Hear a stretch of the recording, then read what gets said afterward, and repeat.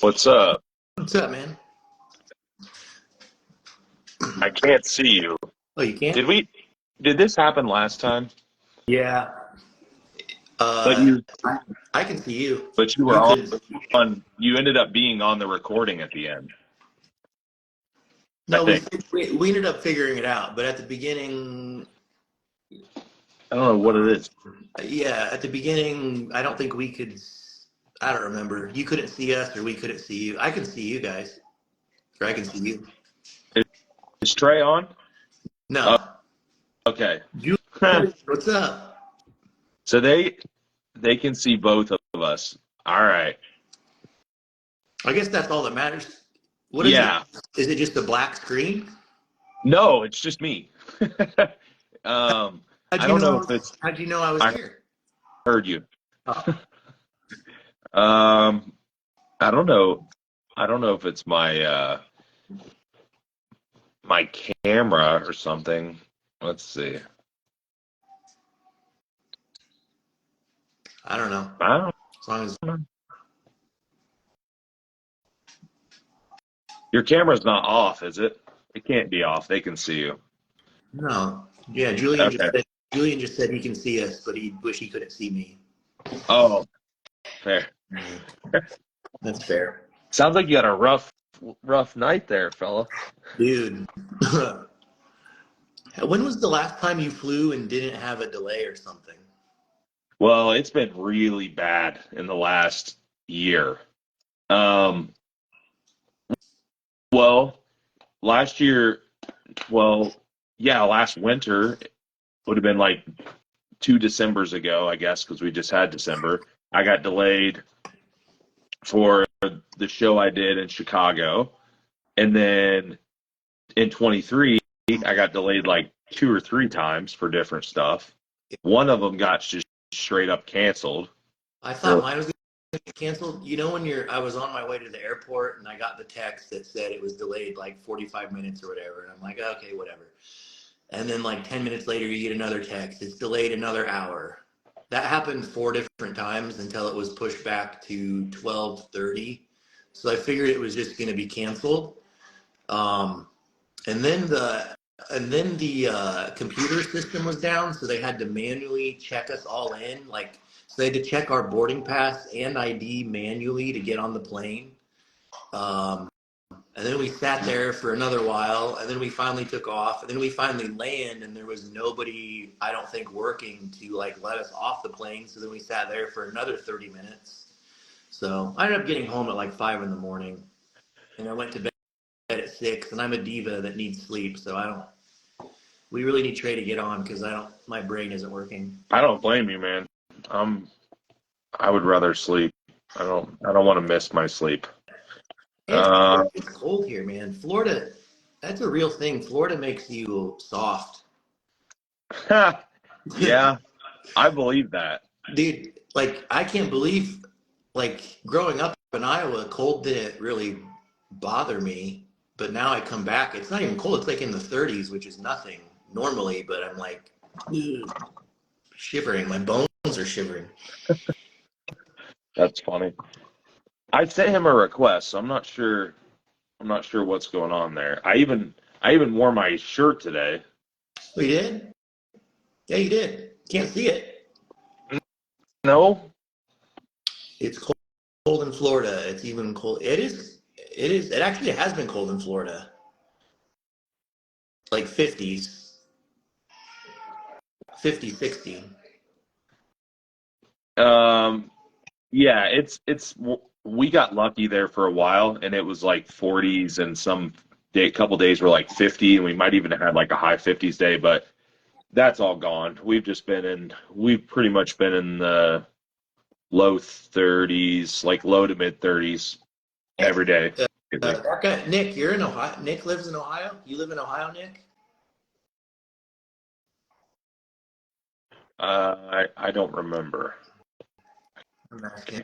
I'm not See sure. what he says. He said it's even colder in Ohio, or maybe he knows you live in Ohio. I don't remember where he lives. Yeah. Well, um, Hey, Dad, you're on Instagram. What? You're not on anything, are you? You don't see me. What? What do you mean I'm not on anything? No, I mean, we aren't recording anything, are you? You aren't talking yet, are you? Yeah, this is all recorded. I don't know. Oh, so I don't know where Trey's at. I'm gonna look and see if he messaged me. However, I did have I did have something interesting that you actually, and we can kind of talk about this. You actually mentioned this on the last call, the last time we did a live, and it got me kind of thinking about it. Um, you remember how you remember how we were talking about someone had asked like the low volume training trend thing, and you're like, well, these are just trends that come and go, Yeah. right? Like it'll be out here in a while, and we'll switch back to something else. And um, isn't it ironic as like how the whole year kind of played out that way when the whole functional health thing, like all that shit that was going on? It Uh, was literally that's literally what it was. It was like, well, this is bad now. So like let's jump to this extreme over here of or let's jump to the other side, which is just coach logically and coach the person and do all that. I'm like, what were we doing the whole time? yeah. Well, yeah. Like, what were you doing before? Yeah. And then and then people talk about it like it's a revolutionary idea. I'm Yeah, like, but like we've been in this for almost 20 years. We've seen how many times have we seen the same? Everything's cyclical. and that's Everything. and the people outside of the people that are just very very niche that are only coaching like top Olympians or this like postpartum moms or something. The whole point of our job is to coach the person logically. It should. And I mean, that should be. Yeah. it just sometimes people make comments to me. They're like, man, you're really adaptable and you can really you're not afraid to do things different and stuff. I'm like, because nothing's really wrong in the right context. Yeah. Yeah. That's Exactly. it's it's like if I told somebody, I was talking to someone about food selection. When you and I were talking before about your diet, and we had some, like a lot of different fruits and stuff in there.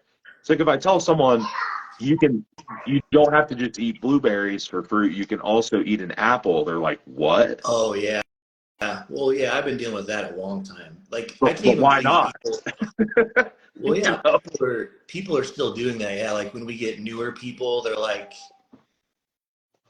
when you coach someone for a really long time and then like 6 months goes down the road and they're like, they finally tell you like, oh, I hate eggs. I've been choking eggs down in meal Then one let's for the last not six eat eggs months. anymore. I'm like, well, then why didn't you tell me that 6 months ago? They're like, well, I wanted to do everything perfectly. I'm like, there is no such thing. Like, you don't have to eat. There's no foods you have to eat. There's no foods you don't have to eat.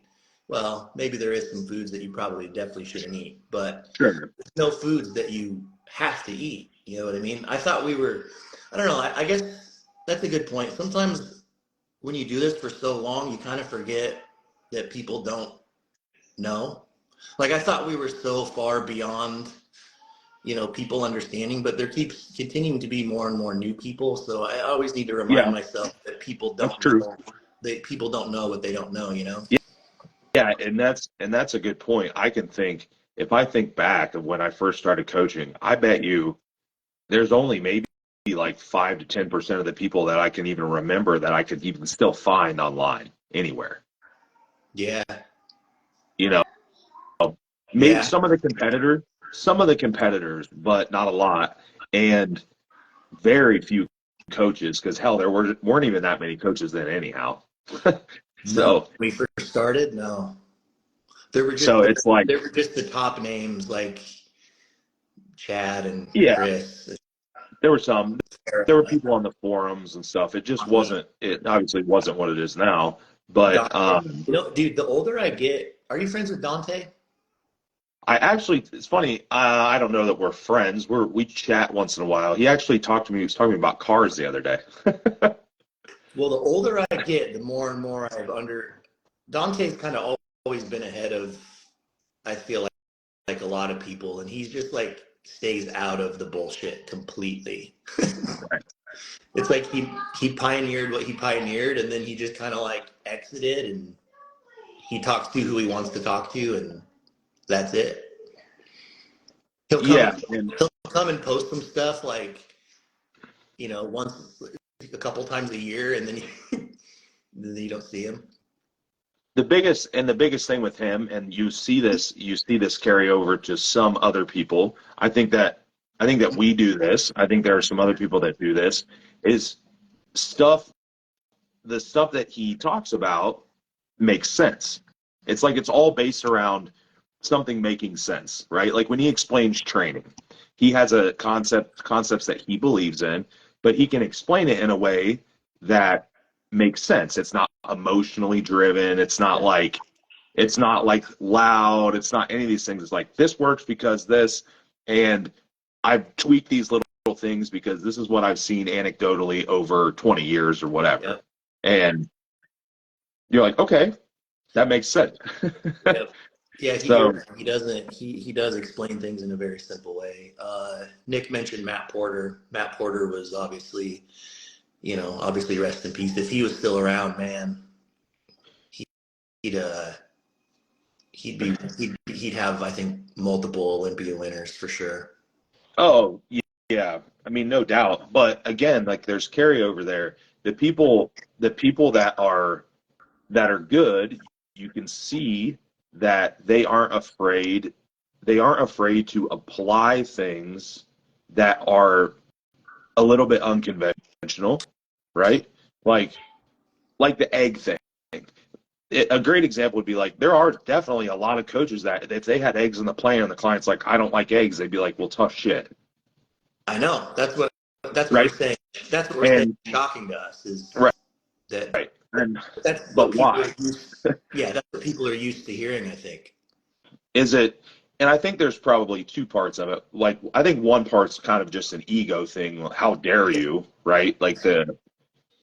And to me, I don't care. I'm like, okay, I'm not gonna fight you on eating eggs. It's fine. We'll eat something else. We have tons of other options. That's okay. Yeah. If you don't like anything, we might have a problem. But on the other side of it, there's just that there's a lot of people that coach that just really don't have any flexibility.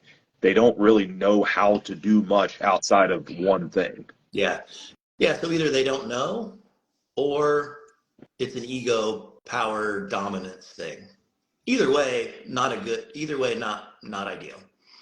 Yeah, I've done so many different because I get such a variety of people. Like I've done which is great because I get a lot of exposure. But I've done so many different things that I probably never would have that you probably would have never sees. Like I have people that have done it's like cardio, for example. I have some of these lifestyle clients that you're just trying to get them to like adhere and do stuff. Yeah. And so why can't like well I like to swim at my YMCA that I train at. I'm like, okay, well, what if we set your cardio as like number of laps you swim and I just adjust it laps, right? Because I can control it. It's like they're all controllables. Yeah. So they're It's all about meeting people where they're at, man. right. If You you got to meet them where they're at, and then like go a step above what they're currently doing, whatever that is. right. A lot of people, when I get new people, I won't have them do any cardio at all because I can tell that they're like a single mom with two kids, and they're already pressed for time, and they're already stressed out of their gore. So I'm like, hey, you know what? I want to take that completely off your plate. Don't even worry about it. I'd rather focus on your training. Well, we've seen that we've seen that in a lot of instances now because there's so much information that people feel like a great example is the all of these different stress relief modalities. It's like grounding and Yeah. sunlight and meditation and all these things. I call it the Andrew Huberman effect. Yeah, I like that. Yeah. So, and nothing against Andrew Huberman. He's obviously a really smart dude. Yeah. And he, yeah, for sure. I'd love to talk to him, but the point is that like some people they're trying to just apply like all of these things, and then and that's just an additional unnecessary Well, stressor. So like it's let's just break it down to bare bones and restart. yeah, it's just another thing, dude. There's so much information. People get it's just classic paralysis by analysis, and then people are trying to have this perfect plan, and they think it's like I got to spend this much time doing grounding, and then I got to cold plunge, and then I got to meditate, and then it's like, and then I got to do cardio, and then I got to train, and then I got to eat my meals. When in the hell are people going to do all that stuff? And then when you don't do one or two of those things, bodybuilders are obsessive compulsive, and then you miss out on one thing, and then it's like, oh, the whole fucking thing's ruined. I fucked everything up, and then people's Yep. stress level is a fucking 100. And they can't, because I've told people this so many times. Most people that are bodybuilders or that are like that, their problem isn't following a plan. They know how to follow a plan. Yeah. I tell them that. I'm like, listen, I'm not worried about you not following the plan. Yeah. I, Well, that's not even a problem. It's just that we need to make the plan we need to make the plan digestible and practical so you can actually do this for 6 months or a year, 2 years, 5 years, whatever, and not completely hate your life and burn out, by December. yeah. That's what I say. That there is no they're obsessed with getting a perfect plan. The perfect plan is a feasible plan, one that you can be consistent on, so we can actually, you know, see trends and then make changes based on those trends. But you can't have like we can't do anything and we can't see trends and we can't get the body to go in a direction we want it to do if someone isn't being consistent on what they're doing. So Yep. perfect plan is a feasible one. That's what I always say. Yeah. Is Trey And you getting on see, or not? I saw Trey commenting. Is it not? Or is he not? yeah, are you on, Trey? I can't see anyone. No, he's not on. All right, let me try to invite him again. But yeah, I mean that's a good that's something I had told a client the other day. We were having a talk. I had a call, and I'm like, the biggest issue with most of the bodybuilding clients like that are they just burn out. Yeah. They just burn out, and then they're like, oh, making a comeback, making a comeback. But like, how many times? How many times are we going to do this? Yeah. You know, like, Yeah. It's always a comeback. Yeah. yeah, and if you don't, and listen, I've matured past the point of caring if anyone wants to compete in bodybuilding. If you don't, that's totally cool. I get it. It's a lot. That's Mm-hmm. fine. But like, why is the shelf life is just so short? You know?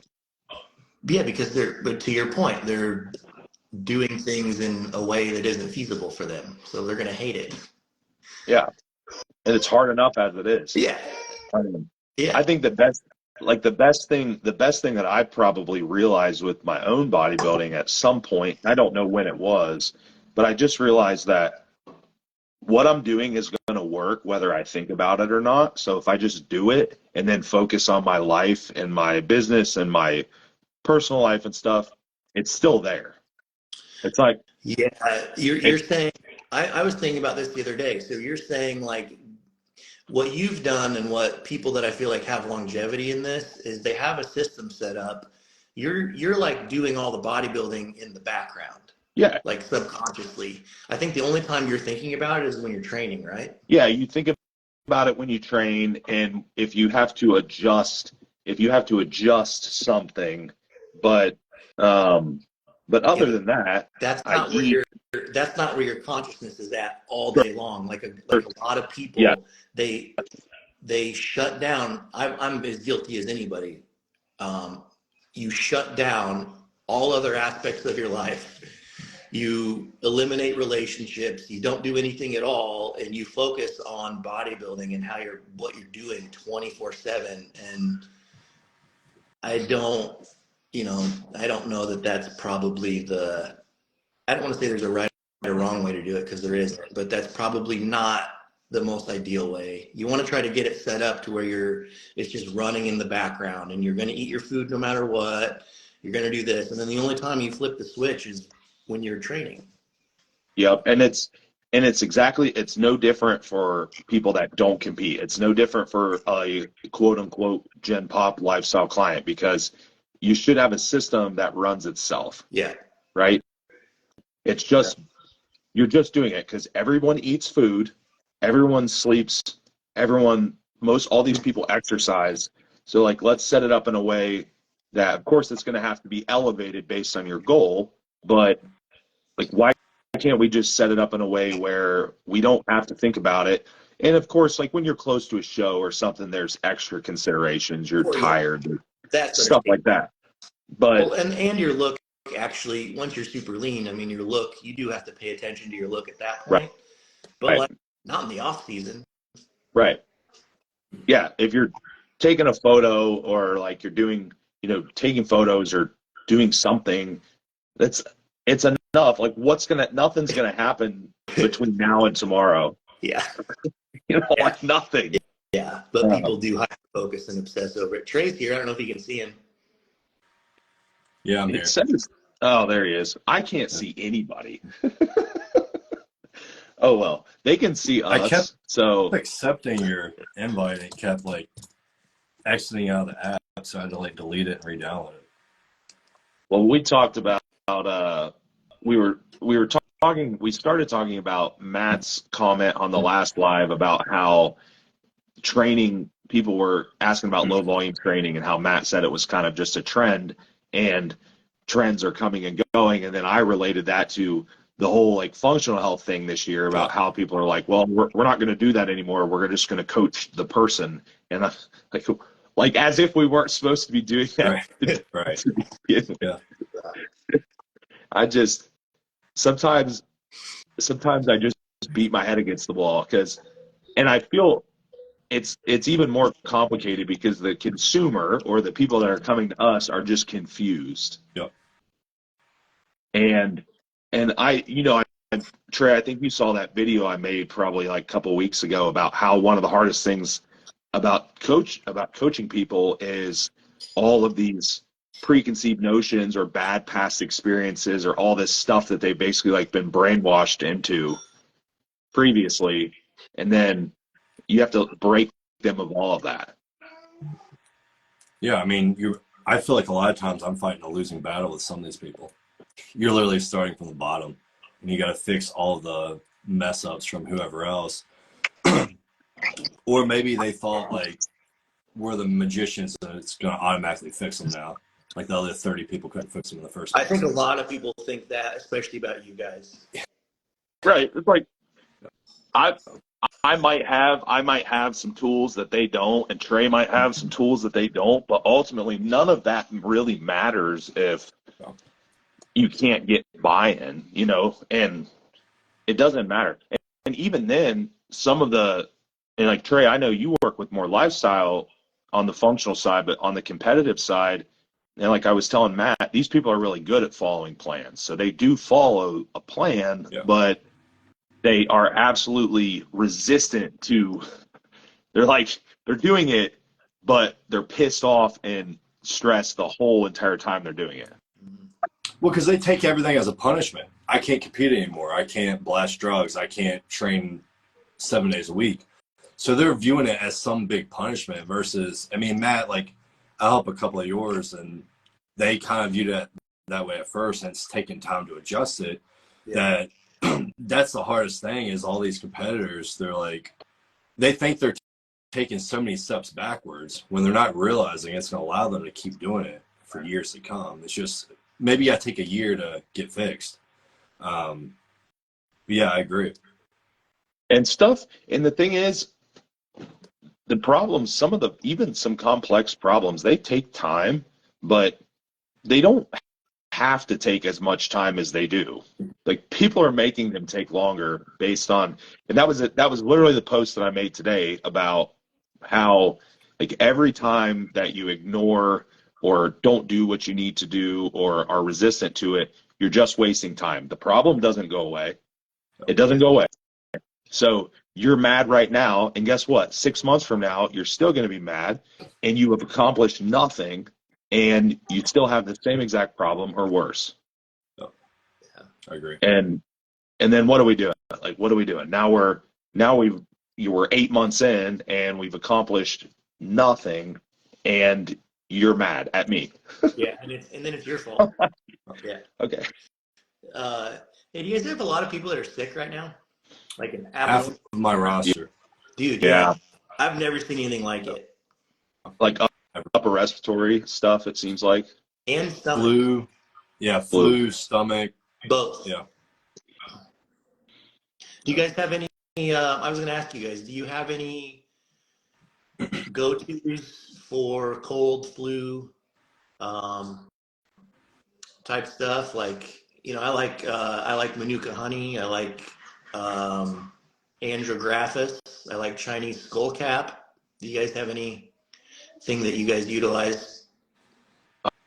I like those. I'll do like some polyphenol supplements and stuff too for antioxidants. Trying to think of the brand. There's like the Codiage brand has a good blend.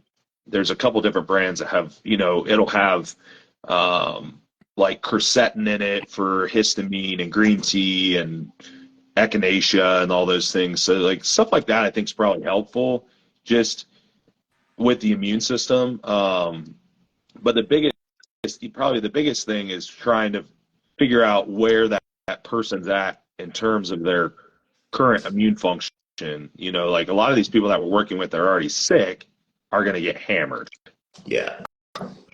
right? Yeah. Those people are going to have a harder time because they don't have the immune system really to handle it. So that's where it gets difficult, and you do have to rest. Yeah. You do have to rest. They're all asking me like, well, I'm sick, and then I'm gonna still try to go train and get my meals in. I'm like, why? No, you're not. Like, like when clients ask, like, I'm sick, I haven't got out of bed. Like, what do I do? I don't stay in bed. You know? I don't know what you guys normally suggest. I normally tell people if it's flu, you're pretty much screwed. If you're fever, just call it a day. If Yeah. if it's respiratory, if it's more like chest and lung, I normally am like, yeah, you should probably rest. If it's more like head and sinus, and you don't feel terrible, you're probably okay as long as you take it easy. Yeah. Same. Yeah. Yeah. And when people have a fever and they're like really sick, even then I tell them like, don't go back to the gym the first day you feel okay. Like I would wait a couple more days after that. Like wait until you get all your water and your food in and your sodium in for a couple days straight and then go. And then when you do go, you're not just going to go straight to your normal routine. Like you're not going to be doing intensity multipliers. Like let's just get through the movements. Yeah. Right. Yeah. Yeah. You're going to feel like you got hit by a bus. Your recovery is not going to be good. Yeah. And Yeah, dude, the amount of people, I've never had this many people sick at the same time. I'm talking like within the last probably It's been since right before Christmas. Yeah. Yeah. Like the last 2 weeks, everyone's been sick. And what I normally do, most of these people need time off in the first place. I just say, hey, take this week off. Yep. When you feel better, let me know. You're not to be in the gym, do cardio or anything until I tell you. In terms of like what to take, I mean, I usually just base it on what they have, but usually I'll go like really high dose vitamin C. It's like 5 grams. Something like 30 to 50,000 IU vitamin D. I guess if it's more GI related, maybe like ginger root extract is one I'll use. A lot of teas, maybe peppermint tea. If it's like more like Austin said, histamine, I use one like it's from Source Naturals, and then I'll add an extra quercetin with bromelain.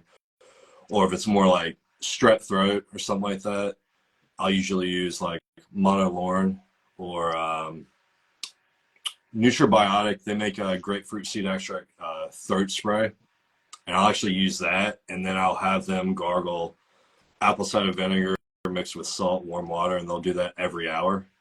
That's just like some of the things I do. And then I might have them load up on like glutamine that week and just keep the gut lining intact. And then I honestly tell most of my people, if they can, avoid like Advil, ibuprofen, avoid all of that. It's not going to make it better. Like, our bodies are meant to fight off a fever on its own. Yeah. And if you have those body aches, I mean, PEA is what I just tell them to have on hand. If you've got body aches, just take high dose PEA, stay away from the ibuprofen, and then just save that stuff more for like emergency, like 104 fever type stuff. Yeah. Can you explain to people why it's not a good idea to take those a lot? I mean, like, if you go back to the fever thing, like, we're meant to handle that stuff. And if you can't handle it, then we know there's bigger problems to take care of. But I'm thinking more from like the gut and the liver perspective. Yeah. Like, that's an easy way for you to start trashing your gut and trashing your liver. I mean, I hammered ibuprofen and Advil like by the bottle when I wrestled because I had torn rotator. Yeah. And I was just like, okay, I'm gonna take a whole bottle before this tournament and go on with my day. Yeah. So like, I'm thinking more from the gut lining, because if you think about it, like, think about how much other stuff you're exposed to. So if you're already going to trash your gut lining and you're already sick and you're exposed to other stuff, what else are you going to possibly introduce down the road? And like, if you look at a lot of the research, a lot of people that get the virus or whatever, there's a lot of correlations with SIBO now. So like, why would we want to harm the gut lining at the same time? Like, to me, you should work on that while you're doing it and save kind of stuff like that. If it really is like one of those times where it's like a really high fever, then maybe we do that. But even then, I'm probably gonna say, hey, go get a cold shower and kind of tough it out first. Would you guys say that NSAIDs and PPIs are probably like the two worst over-the-counter things that were ever created? Yeah. Because people are just hammering both of those, and we both know what that's destroying, or we all know what that's destroying. But There, one more thing I'll add to kind of what Trey was saying about gargling and rinsing is, I was trying to think of the product, Biocidin, the Yes. people that make the Dental Side toothpaste, they have a throat spray also. I have a bottle of that at home. I've actually been using that every night. So I don't know if it's knock on wood helping, but here we are. I think you're good because you never see anybody. Yeah, that's not true. You're pretty isolated. I had Christmas at my house, dude. I had like 25 people. I shouldn't say that. You're the only one that did anything out of the three of us. I digress. Yeah. The PPIs and NSAIDs are funny because they if you think about, well, PPIs, we know generally are doing the exact opposite of what the issue is. Yeah. Right. And then NSAIDs are doing pretty much the same thing in the sense that, like Trey said, inflammation is a necessary response to healing. So, like, we know that about muscle growth, right? We know that we probably shouldn't hammer a bunch of NSAIDs if we want to grow muscle. So every injury or insult, whether it's sickness or otherwise, requires inflammation for healing. Yeah. I have a funny story about NSAIDs. Are you still going? Me? Are you explaining something? No, yeah. go. Tell us. You guys will think this is funny. When I was 18, or like, hey, I think I was 18. I did you ever used to do like squat sets? I put 315 on it, and I said, I'm gonna do this 50 times. Like, I'm not racking it until I do 50. And so it took me a long time, right? And I rack it, and I felt like I got hit in the back of the head with a baseball bat. Like, I thought my friend training with me hit me in the head. I'm like, did you just hit me in the back of the head? And he's like, no, obviously not. And then I went in the bathroom and puked my brains out. And I had the worst headache I've ever had in my life. So I went to the ER because I'm like, oh my God, I think I have an aneurysm. And they said everything was fine. And they just called it weightlifter's headache. And which is just an exertion headache, obviously. But then, so I went to the gym the next day, and my very first work set for whatever I was doing, the same thing happened. And I'm like, oh man. And that kept happening. So how do you think I remedied that? I was taking 1,600 milligrams of ibuprofen before training.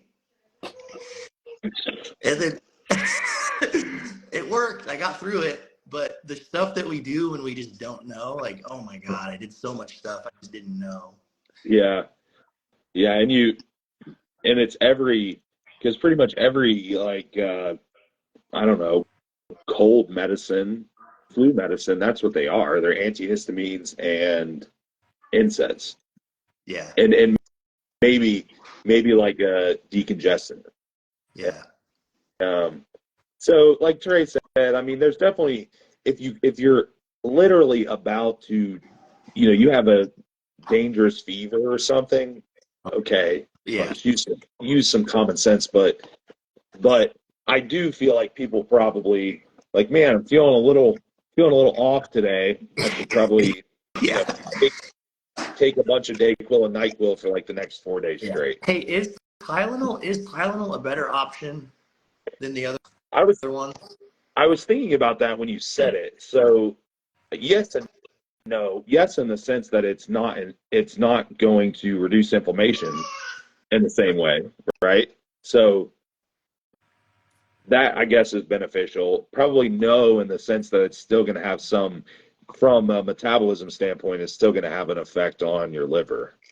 Yeah. But it's probably, I guess, from a pain perspective, I suppose it's better, if that's what you're using it for. Do you think it won't affect the gut as much, right? It's still definitely gonna Oh, affect the gut, and it's definitely gonna affect the liver, but um, it's not going to have the same effect on inflammation. okay. But from hepatotoxicity, yeah, it will for sure. But there's also, the liver's pretty resilient though, so it kind of depends on what state you're in. Like if I have a perfectly healthy liver and I take the Tylenol, I'm probably fine. But if I have someone we're already working on those things, they have a bunch of GI issues, so on and so forth, that's different. Not a great. You know, Yeah. it's totally different. You can actually see it. So you can actually see it too. Like AST and ALT aren't the perfect marker for liver, just because they are more systemic, and we know that training affects them. So they're not just liver related, but GGT is more it's a directly little liver, right? better. Yeah, but with the AST and ALT, a lot of people don't know this. They have different, I don't know if half-lives is the word you want, but they have different durations. So like ST stands for short term, LT stands for long term. Oh, So a lot of time what you'll actually see with training is, I see this almost every time I see liver enzyme or enzymes elevated from training or muscle damage. ALT will be elevated longer than AST. So if you took a day off training, ST is going to start falling, LT will yeah. fall slower. That is what we always see. You're right. Yeah. I never knew why. Yep. That was something that Serrano actually taught me years ago, and I was like, oh shit, I see that on laps. He's like, yeah, ST's short term, LT's long term. I'm like, damn, that's. And you taught me something today. It's like that's pretty cool. Yeah. But yeah, I really try to stay away from that stuff as much as possible. I have a bottle of Tylenol in the glove box in my car that I hadn't touched, and literally was like corroded together because it'd been in there so long. I don't even own any. I have no medicine in my house. None. Yeah. I normally don't. I don't know. Some people are kind of like, they seem to fall on one spectrum or the other. There's some people that won't take anything, right? Like they'd rather die before they take anything. And then there's then there's the other people, like, Tylenol is going to kill me. I'm like, bro, your fever's 105 or 104. Yeah. You need to take something or go to the hospital. Yeah. And then you have other people that just like any little ache, and they're going to take something. Yeah. That's a good. Did you see that question there? What blood markers will indicate impaired gut mucosal lining? That's a good one for you guys. Blood. Yeah, it says what blood markers will indicate impaired gut mucosal lining. Oh, I see it. I see it on here. We're talking. Okay, so we're talking blood work. Yeah. So I think that's a good question. Like, what can you pick up when you guys are looking at labs? For And what stands out for gut for you guys? Because that's kind of a difficult one for people that even know what they're doing to look at labs and pick up on gut stuff just off of blood markers. if and Trey, you can definitely chime in on this too. I know first, like the first thing is if they have symptoms, then it's a lot easier to link the markers to the symptoms. Yeah. Yeah. Yeah. Right? Like, okay, you already have gut symptom. You already have some kind of dysfunction symptoms. So like now I feel a lot better about assuming that something is connected. So, inflammatory markers. In more severe cases, you'd maybe see like neutrophils or eosinophils or something like that flagged high. Of course, any inflammatory markers, CRP, like anything like that, those people probably have nutrient deficiencies too. RDW, MCV, alkaline phosphatase. I mean, estrogen dominance in women, right? Like, there's like a lot. Actually, there's I would really say a lot of thyroid. poor thyroid conversion, maybe. Yeah. There's quite a few. Yeah. But they're indirect. You know what I mean? Like they're there's nothing you're gonna look at. Like there's not a blood marker that you're gonna look at and you'd be like, oh, this poor gut. Yeah, like there's nothing like, you can pick apart different things. I would say the only one that you could, this is totally made up and I've talked to Austin about it. It's like the MEB total. It's like where you combine the monocytes, sonophils, basophils. That's a made up total, and that's credit to other people that have mentored me. And you just add up those. If it's above 0.7, typically it's more like acute gut lining damage. If it's below 0.45, it's usually like more chronic. That might be one where if I start seeing that, I'll consider it. But I think the other part that most people miss is they're just going off of one set of labs and they're not getting past history or anything. Yeah. So what I always do is any new client, if they have years of bloods, and like send it to me and I'll go through each one and I'll log it. And if I constantly see that MEB total is always high or always low or up and down, then there's probably some gut lining issues. Or if I see bilirubin is constantly high, then I'm like, cool, there's probably an issue with bile there. Like I can probably pinpoint that. We can't, like, bilirubin, if it's high, you can sometimes say, hey, there's a bile issue possibly. But also oxidative stress also impacts bilirubin as well. So you kind of can't go off of that one marker. Or if you look at like white blood cells, if it's always high or low, then there's probably some sort of either acute stress, acute infection, or chronic infection. It's the same thing with neutrophils and stuff like that. So there's no set blood marker that you have high reverse T3, you have a gut issue, because it doesn't mean that. You could have just had a really shitty month and been very stressed out, and that could be off.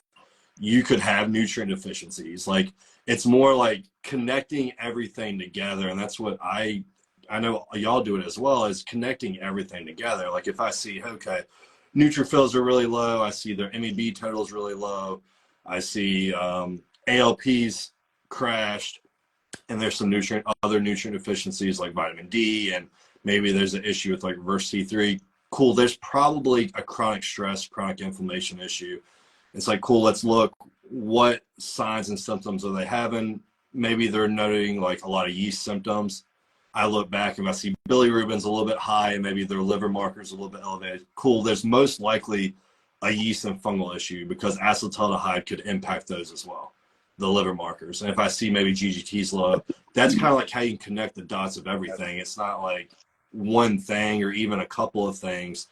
That's why I always stress it's so important to do symptoms first and labs. And even if we had like a stool test, you can't go off of that, because before this, I was on a call with a client of mine where her GI map told us absolutely nothing, told us not a damn thing. It told me some things, but it took me asking a bunch of questions that she didn't think about of symptoms and stuff. And now we can kind of pinpoint, okay, this is what the issue is. Like, she had all these yeast issues that she didn't note, and yeast wasn't picked up on the stool test. Yeah. So most likely it's SIFO, or it's more systemic, and we didn't pick it up, and we don't have labs to go off of that. So like, that's where it's always context with all of this stuff. Like, that's my biggest thing to tell everyone. It's always context. It's not A plus B equals C. It's no A, B, C, D, E, F, G possibly correlates with Z. And that's our best guess at that point. Yeah. Yeah. Hey Trey, I've seen you get when you put those spreadsheets together of people's labs. Are you punching all that in manually? Yeah. You are? Oh my God. I get my wife, she'll come and look at one screen and she'll read them to me. So we do that like a couple times per week. She'll plug them up. She'll read them to me and I'll just plug it in. Otherwise, if I do it by myself, I just have 2 different screens or 3, and I'll just plug them in one by one. And that's why you guys are the best. It's That's why nice. I'm proud to work with you guys. You guys, let me brag about you guys for a second. That's why you guys are the best at what you do. I mean, honestly, because you guys aren't, none of us sensationalize ourselves at all. So I'll do it for you too. Especially in this space, the functional health space. What Trey just said is why you 2 guys are the best, because you guys are the most thorough. You guys are digging in and like actually getting to the root and figuring out and adding things up and putting it together, where most people are claiming to be functional health experts and they're doing exact opposite of what that is. They're looking at labs, they're seeing one thing off, they're assuming it's something, and then they're giving them supplements or some kind of protocol. That is not what you guys do. And so I just wanted to brag about you for a second.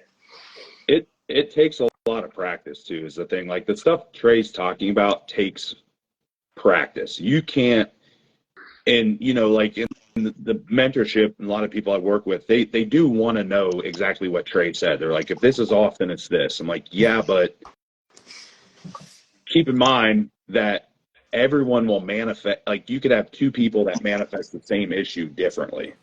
Yeah. Right. So this lady has SIBO, this lady has SIBO, or she has yeast, and their labs look different. Their GI map looks different.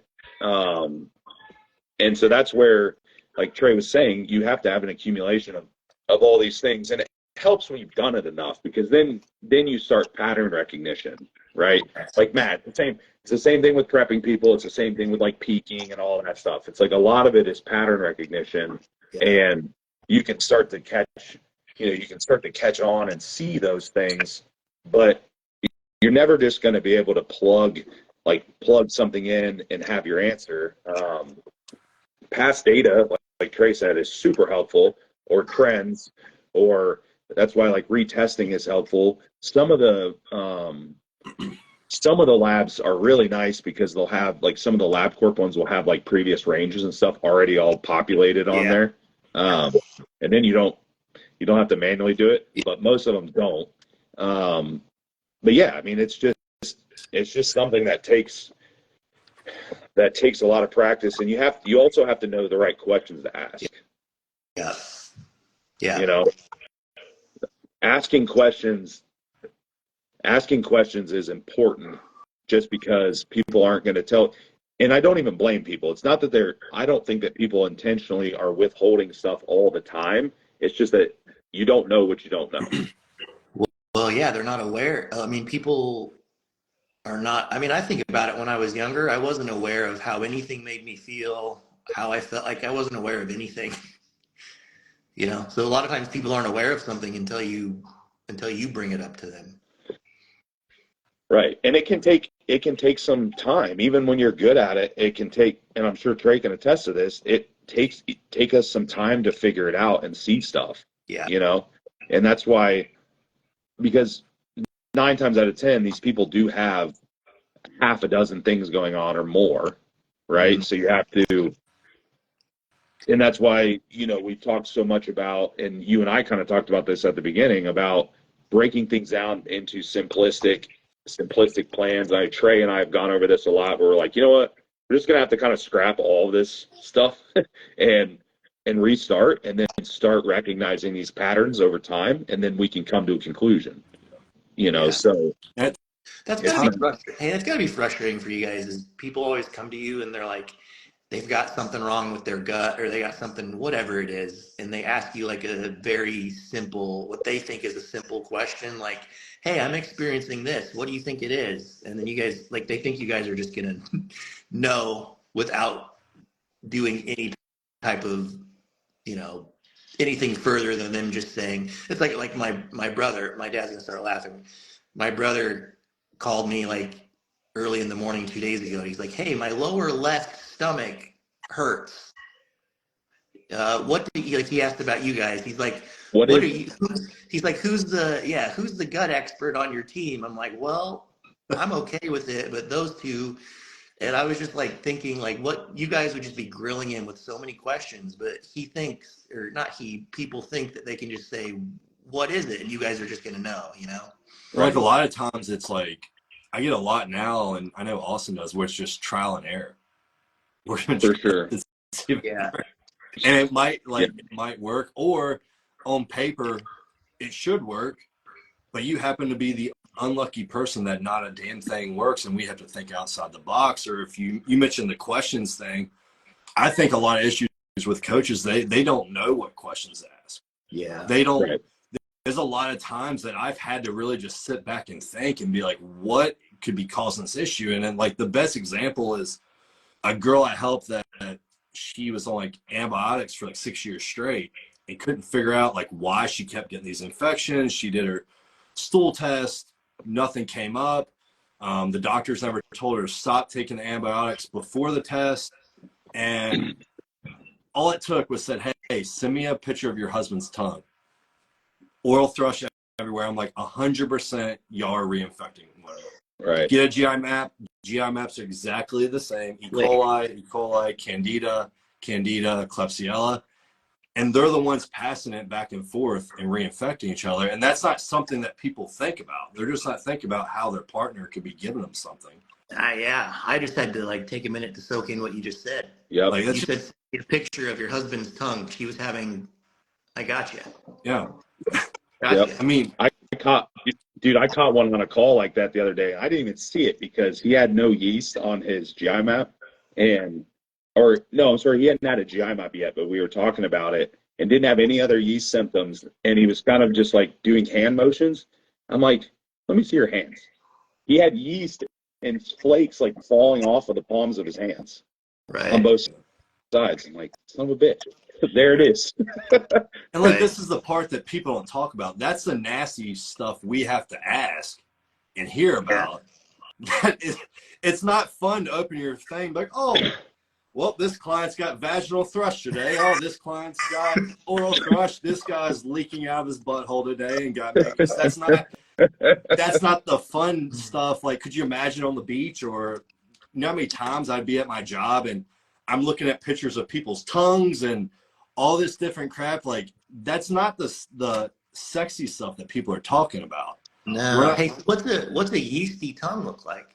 White. So you got two versions. You got, if it's all white, it's going to be more yeast. So like, it almost, I don't know the way that, basically it's going to be white. Okay. And usually, white, kind of foamy. Yeah. And like, usually I tend to see it more with SIFO, but you can see it with Candida as well. So like, almost every GI case I get, if I don't have any testing, I have them do the baking soda test right away. Yeah. I have them send me a picture of their tongue right away, like almost every single time. And you'd think I'm some like tongue pervert with how many damn tongues I've had. But there's got to be a website to sell that stuff on. And then the other one, if it tends to be a bit more like green or yellowish, I've seen that happen more with like SIBO. And I don't know why, but I've seen that happen with more bacterial-based stuff and not yeast stuff. But like, that's an easy way you can pick apart that. Or like, you just got to think outside the box, because some of these people will not have any GI issues at all. But there's for sure stuff going on. Like, if you, like with me, none of my stool tests have ever picked up yeast. But I know damn well when I eat a lot of carbs or junk food, I get yeast patches all in my beard. I get dandruff real bad. I get a patch on my skin. It's kind of like Ben Iverson. He never had issues because he'd keep his carbs low, but as soon as he had more carbs, he'd have issues. It's kind of the same thing. Like, it's stuff that we're not thinking about as coaches. We're just thinking, we've got this test. This is going to give us the answers. And like the gal today, it gave us some answers, but it's going to take us to keep trial and erroring and digging more. I think that's the biggest thing people need to learn is, like, it's not like a for sure thing. It's not you have this and it's going to fix this, or this supplement's going to fix this, or you fix diet. It's kind of everything all at once that most of us don't even think about. And heck, with the trial and error, I even sometimes will give people foods that I think they're going to react badly to on purpose. I'm like, okay, there it is, and like that gives me something. Because if they're reacting bad to every single food, 100% there's a bacterial issue of some sort. Like, you don't even need a test to prove that. You can simply just do that. Or if they've got a skin issue, there's things that you can do to see if it flares up or makes it go away. If they, like with Ben, if you remove all their carbs and put more fats, anti-inflammatory fats, and it goes away, cool. We 100%, there's a good chance that skin reaction you're having was related to carbs and yeast. Then now we actually have a plan. That's why, like with Ben, I didn't do a stool test. I went off of labs, I went off of the symptoms, and I mapped out a plan, and we hit it out of the park. And so it does take some trial and error, and maybe sometimes, like Austin said, you might have to just try things and just see, does it fuck them up? If it does, at least we know something that we know more than if we didn't have it. If we just went low FODMAP and avoid everything, we just know what we're doing works, but we don't know what we don't know because we didn't bother to try everything. Well, that's how I figure out how to. I'm sure you do it too, Austin. Sometimes with bodybuilding clients, deep in an off season or even in prep too, I'm trying to figure out kind of where their metabolism is at, and just kind of figuring out where they're at. I'll make an extreme change, adding food or taking away food, and then to you see can what happens. 100%. You know what I mean? It's like, okay, let's go with your high day every day this week. And they're like, oh, and then they check in the next week and their weight stays the same. You're like, all right, well, you can definitely handle more food. Well, you wouldn't know that unless you tried it sometime. But you also, I do it if I think someone's not following the plan. They don't want to be honest. Yeah, that's a good one. I remove like 3,000 calories. If you didn't drop a single ounce, I know you're not following. Don't lie to me. Stop lying to me. I don't care how strong your thyroid is. Or if someone says that's when they're like, oh, like if they can't gain damage. weight and like a growth phase, they can't gain weight.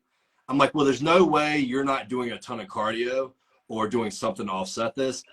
I'll just be like, cool, I want you to have 5 guys every day this week. We're going to add a crap ton of food. If that scale does not change an ounce, you either A, did not eat the food, or you have a fucking parasite, or you're putting worms in you that's eating everything, or you're just running all day long and taking DMP and I don't know about it. Right. Guys, I got to cut it off. I got to get on this next call. Yeah, I'm going to go look at my tongue in the mirror now. All right. Report back. All right. I'll let you know. All right, guys. Good call. Appreciate you, fellas. I'll talk to you guys soon. All right. Bye. See you guys. Right here.